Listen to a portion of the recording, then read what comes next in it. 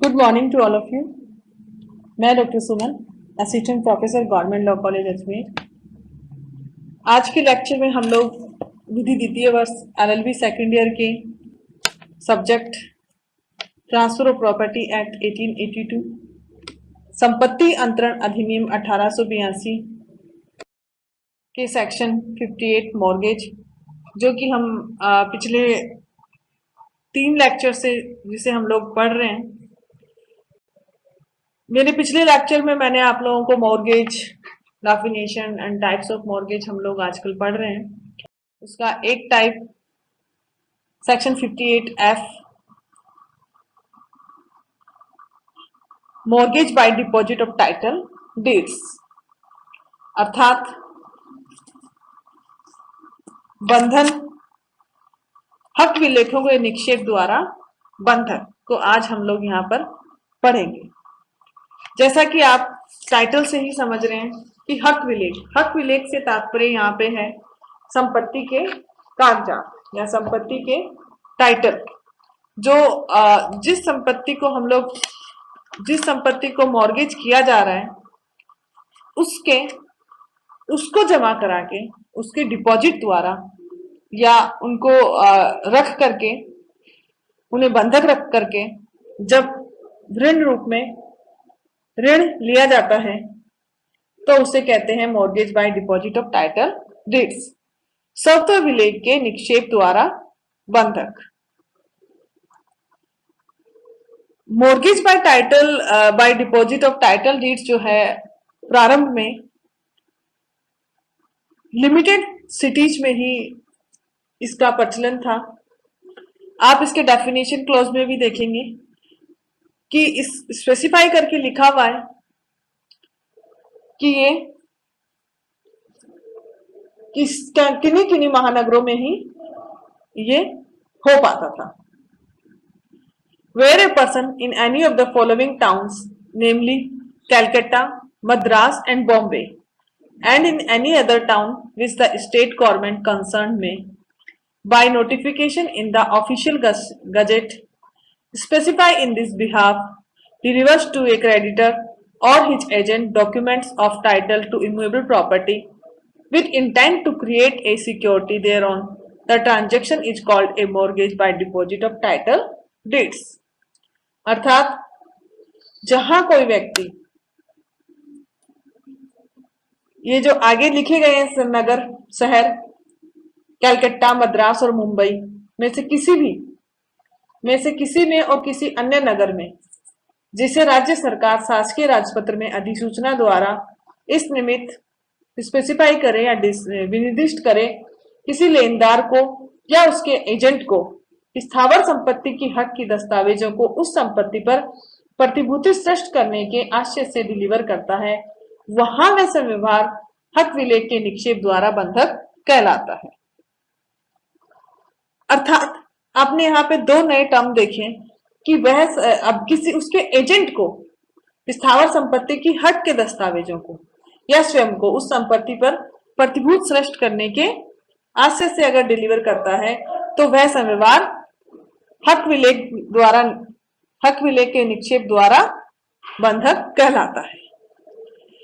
इसे ये एक बहुत प्राचीन जो है बहुत एंशिएंट प्रकार का मॉर्गेज है। जब पहले लोग व्यापार करने के सिलसिले में अपने शहर या गांव को छोड़ करके दूसरे देशों में दूसरे शहरों में चले जाते थे। पहले लोग कलकत्ता, मद्रास और मुंबई इत्यादि शहरों में व्यापार करने जाते थे। यातायात के साधन इतने सुगम नहीं थे, अतः वो बहुत सारा कैश लेके नहीं जा पाते, या वहां अगर उन्हें कोई जरूरत होती तो फिर वो एक आपने नाम सुना होगा हुंडी टाइप कुछ लिखवा कर ले आते थे कि यहाँ इस व्यक्ति को आप अपने किसी पहचान वाले के जिसको देना होता था, जिससे मॉर्गेज वो लेते थे, अपने घर में या गांव में अपने शहर में वो अपने पेपर्स रख देते हैं टाइटल डीड्स द्वारा, और वहां पे उसकी एक सिर्फ लिखित ले जाते हैं और उसको दिखा करके वो वहां अपना ऋण ले लेते थे। जिसके नाम से वो लिखता था, अब उसके एजेंट को या स्थावर संपत्ति या स्वयं वो जो है उस शहर में व्यापार करने के सिलसिले में पैसा ले लेते थे। क्योंकि पहले के लोग जो है बहुत सारा कैश लेके जाते नहीं थे। हुंडी क्या है, एक प्रकार का एक कागज पे लिखा हुआ एक ऋण पत्र होता है कि उसमें दो तीन बार रिपीट होती है कोई बात, कि शब्दों में अक्षरों में उसका आधा इतना पैसा। जैसे उदाहरण का मैं आपको वैसे बताती हूँ कि एक सिंपल प्लेन पेपर कि ये व्यक्ति अमुक नाम में व्यक्ति ने अमुक नाम उसके पिता ये और इन्होंने इतने पे अक्षरे इतने पैसे शब्दों में इतने पैसे जिसका आधा, जैसे लिखा अक्षरे में 50,000 रुपए, ठीक है, तो 50 शब्दों में भी लिखा आता था, वर्ड्स एंड फिगर्स दोनों में। फिर नीचे उसी के कि जिसका आधा 25,000 रुपए, वर्ड्स में भी फिगर्स में भी जिसका आधा, ऐसे करके उसको 4 बार लिखते थे, जिससे कि चेंज की संभावना, उसमें कोई करेक्शन की संभावना नहीं रहती थी।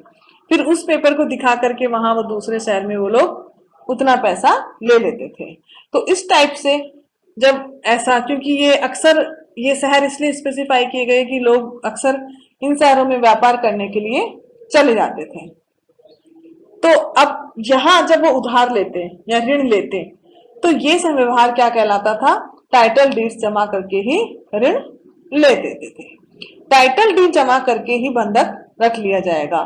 कर्ज उन टाइटल स्वतः विलेख के तौर पे उनको दे दिया जाता था, और सारी शर्तें जो है मॉर्गेज की, सिंपल मॉर्गेज में जैसे आपने देखा वैसी रहती थी, वो सब सारी कंडीशंस इस मॉर्गेज पे लागू हो जाती है।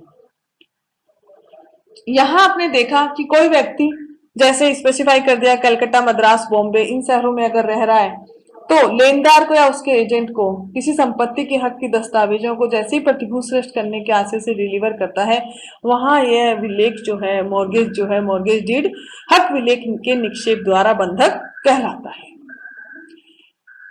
ये बहुत पुराना जो है मॉर्गेज, इसके असेंशियल एलिमेंट्स जो हैं वो हैं कि हक विलेख के निक्षेप द्वारा बंधक होने के लिए निम्न शर्तों का पूरा होना आवश्यक है। आवश्यक तत्व जो हैं वो इसके हैं, डिपॉजिट बाय टाइटल डीड्स, सबसे पहले तो कि हक विलेख जो होंगे उसके दस्तावेज जो होंगे उनको डिपॉजिट कराया जाएगा। इस मॉर्गेज में ना तो संपत्ति का कब्जा दिया जाता है और ना ही किसी हित को गिरवी रखा जाता है।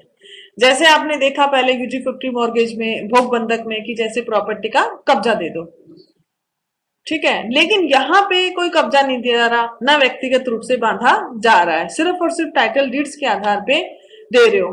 तो जब कोई लिखा पढ़ी आवश्यक नहीं है तो रजिस्ट्री नहीं हो पाएगी, जो आप नीचे देखेंगे 5th पॉइंट पे कि नो रजिस्ट्रेशन। तो यहाँ पे जो है किसी भी संपत्ति के हक विलेख को जमा करते ही तुरंत ही जमानत के तौर पे तुरंत रुपया उसको दे दिया जाता है। वापस वो जमानत के रूप में उनको पैसा लेके पुनः बंधकदार को देना आवश्यक नहीं होता है।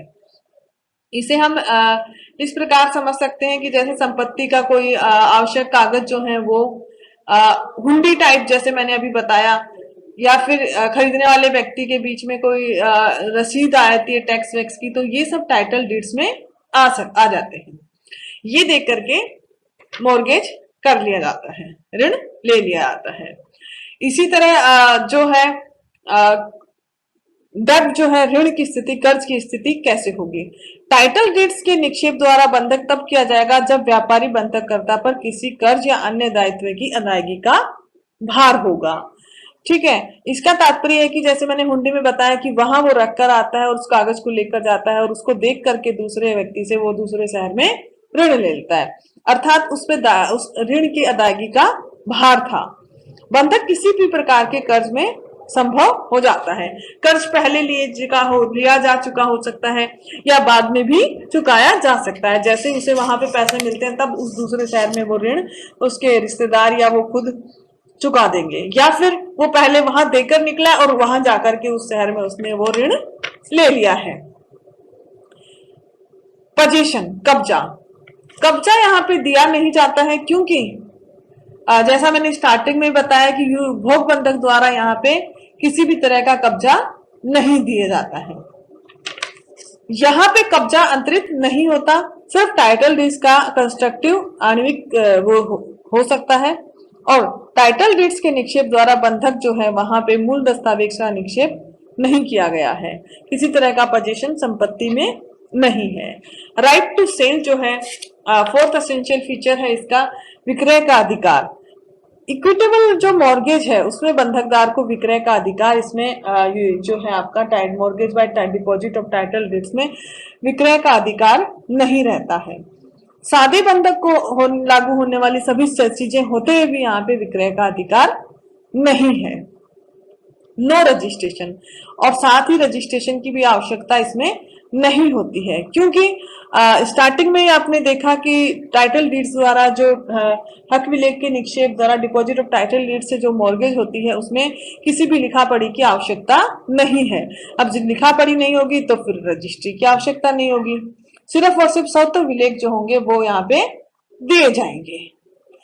ऐसा करने का उद्देश्य यहाँ पे क्या है कि यहाँ पे क्या स्थान बहुत इंपॉर्टेंट है, क्योंकि बंधकदार में जैसे ही पूर्ण हित निहित आता है तो बंधकदार जो है उसका स्वामी नहीं हो पाता, क्योंकि वो किसी दूसरे शहर में है, इसलिए संपत्ति पर कब्जा पोजीशन जो है वो भी वो नहीं दे पाता।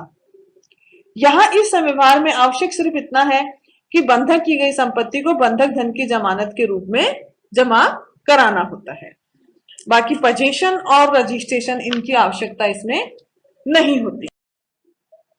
Syndicate bank versus state officer AIR 2007 supreme court 3169 के केस में क्या हुआ, इसको हम और अच्छे से समझ सकते हैं। इस केस में ये क्वेश्चन था कि mortgage by deposit of title deeds जो है उसके लिए क्या ये जरूरी है कि दस्तावेज जमा करें जो रजिस्टर्ड डीड द्वारा उसको संपत्ति पे हक बता रहे हो, या फिर कोई ऐसे दस्तावेज जो कि कुछ हित या संपूर्ण हित बता रहे हो ऐसे आवश्यक होंगे।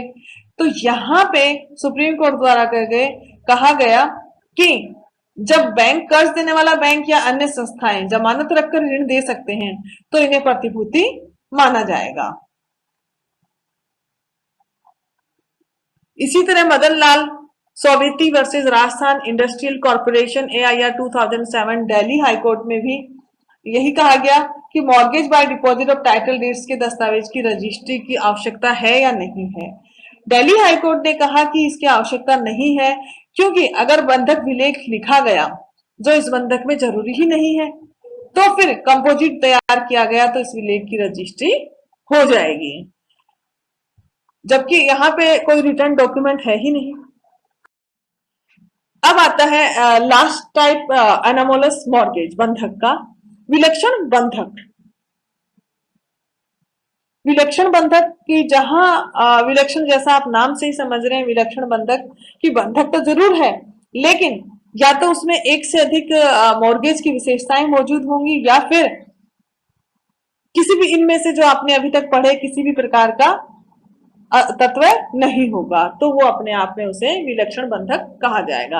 ए mortgage which is not a simple mortgage, a mortgage by conditional sale, an usufructuary mortgage, an English mortgage और a mortgage by deposit of title deeds within the meaning of this section is called an anomalous mortgage. अर्थात जो बंधक इस धारा के अर्थ में सादा बंधक, सशर्त विक्रय द्वारा बंधक, भोग बंधक, अंग्रेजी बंधक या हक विलेखों के निक्षेप द्वारा बंधक नहीं है वह विलक्षण बंधक कहलाता है। जो मैंने स्टार्टिंग में बताया कि इनमें इस बंधक में इन सभी के तत्व मौजूद होंगे, ना वो सिंपल मॉर्गेज होगा, न मॉर्गेज बाय कंडीशनल सेल है, ना इंग्लिश मॉर्गेज है, ना यूजिफिटरी मॉर्गेज है, तो वो अब क्या होगा, विलक्षण बंधक कहलाएगा।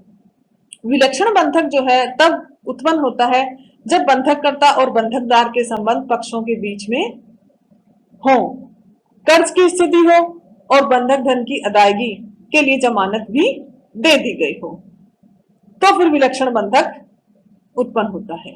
या फिर हम इस प्रकार समझ सकते हैं इसे कि वे सभी बंधक जो सेक्शन 58A में आपने पढ़े, जो इसकी डेफिनेशन में मैंने बताया कि ऋण के बदले प्रतिभूति के रूप में ऋण लिया गया हो, ये सारे तत्व इसमें जो इसकी डेफिनेशन में थे, मॉर्गेज की डेफिनेशन में, मैं रिपीट कर देती हूँ। मॉर्गेज की डेफिनेशन जब हमने पढ़ी तो हमने पढ़ा a mortgage is the transfer of an interest in specific immutable property for the purpose of securing the payment of money, advance or to be advanced by way of loan and existing or future debt, or the performance of an engagement which may give rise to a pecuniary liabilities। अर्थात बंधक विनिर्दिष्ट स्थावर संपत्ति में किसी हित का वह अंतरण है जो उधार है और जो उधार के तौर पे दिए गए या दिए जाने वाले धन के समुदाय को या वर्तमान या भावी ऋण के समुदाय को या ऐसे वचनबंध का पालन जिससे धन संबंधी दायित्व पैदा हो सकता हो प्रतिभूत करने के प्रयोजन से किया जाता है।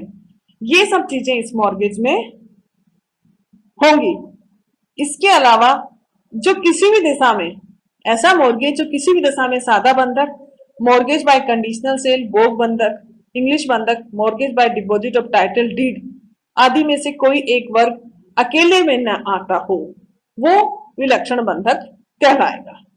इसी तरह हम इसे इस प्रकार समझ सकते हैं कि जो आपने बाकी मॉर्गेज पढ़े, मॉर्गेज के types, simple mortgage, mortgage by conditional cell, English mortgage, तो ये सारे जो जब एक से अधिक मॉर्गेज के तत्व उसमें विद्यमान हो, जैसे मान लीजिए किसी बंधक में सिंपल मॉर्गेज प्लस भोग बंधक दोनों हैं तो सादा भोग बंधक बन जाएगा, तो ये क्या होगा, विलक्षण बंधक कहलाएगा।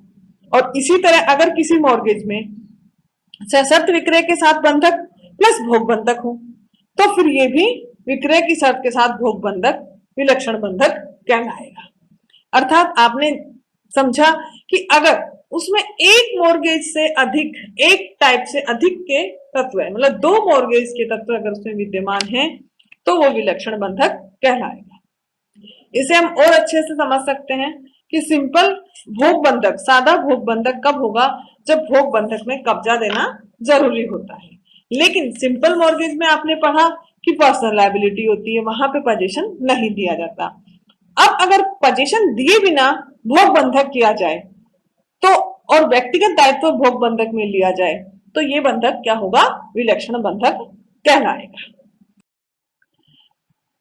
इस प्रकार आपने देखा कि विलक्षण बंधक में जो है कब्जा दिए बिना भोग बंधक के तत्व विद्यमान है, पर्सनल लायबिलिटी ली गई है कब्जे की जगह, तो ऐसे बंधक जो होंगे वो विलक्षण बंधक होंगे। और कॉन्ट्रैक्ट जो है विलक्षण, जो ये इसकी डीड बनेगी वो संविदा ऐसी होगी उस द्वारा वो ऐसे सारे व्यवहार किए जा सकेंगे।